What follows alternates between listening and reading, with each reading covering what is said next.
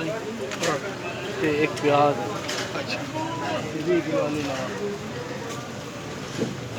चलो करेला करेला करेला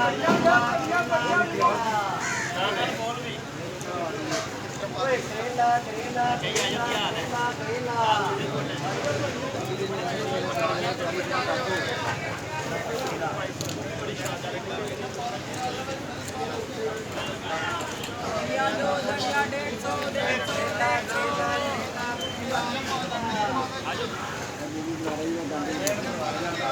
हाजी जी मैंने देना पैसे इकट्ठे करके हाजी हाजी जी साड़ी भी सुन लो कोई मैंने तो पैसे इकट्ठे करके मैं तो हूँ ठहर के जाके सौदा ले के हूँ उनके मगर हो जाना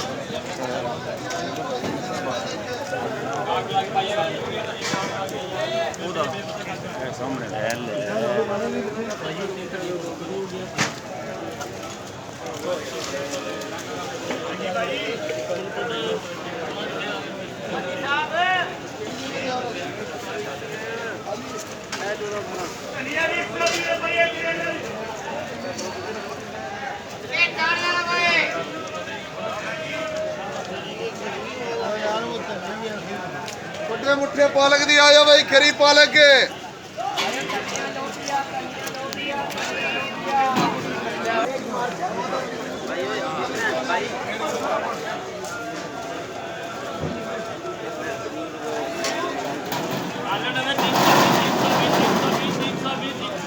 बाजो राम चो आ जाओ।